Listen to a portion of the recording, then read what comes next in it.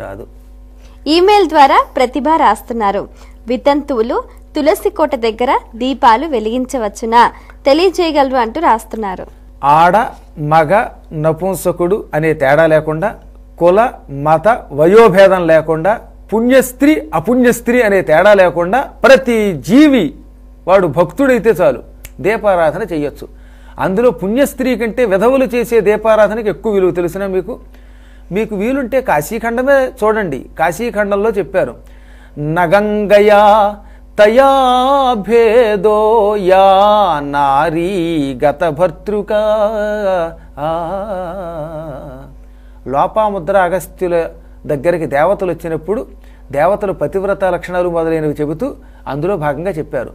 మూలంలో కాశీఖండంలో చెప్పిన శ్లోకం, నగంగయా తయా భేదో యా నారీ గత భర్తృక. భర్త చచ్చిపోయిన స్త్రీకి గంగకి తేడా లేదట. ఉమా శివ సమా సాక్షాత్ తస్మాత్ తాం పూజయేద్బుధై. ఆమె సాక్షాత్తు పార్వతీదేవియే, పరమేశ్వర స్వరూపిణియే. కాబట్టి ముందు విధవకి దండం పెట్టాకే పుణ్యస్త్రీకి నమస్కారం చెయ్యి.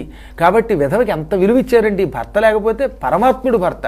కాబట్టి తల్లి తండ్రి అన్నీ తానే పెంచిన ఒక గొప్ప ఇల్లాలు భర్త పోతే ఆవిడ పనికి రాకుండా అయిపోతుందా? ముందు ఆవిడకి పూజ చెయ్యాలి.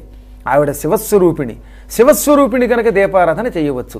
అంచేత ఈ రోజు నుంచి అసలు ముందు విధవల చేతే దీపారాధన చేయించండి తులసి కోట దగ్గర, తర్వాత మాత్రమే పుణ్యస్త్రీలు చేయండి.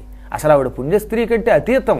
గంగా భాగీరథి సమానురాలు అన్నారు. అందుకే ఆవిడ్ని నా గంగయా తయా భేద, ఆవిడికి గంగకి భేదం లేదన్నారు. తస్మాత్ తాం పూజయేద్బుధై. కాబట్టి పండితులు ఆవిడ్ని పూజించి తీరాలి. ఆవిడ దీపారాధన చేయవచ్చు.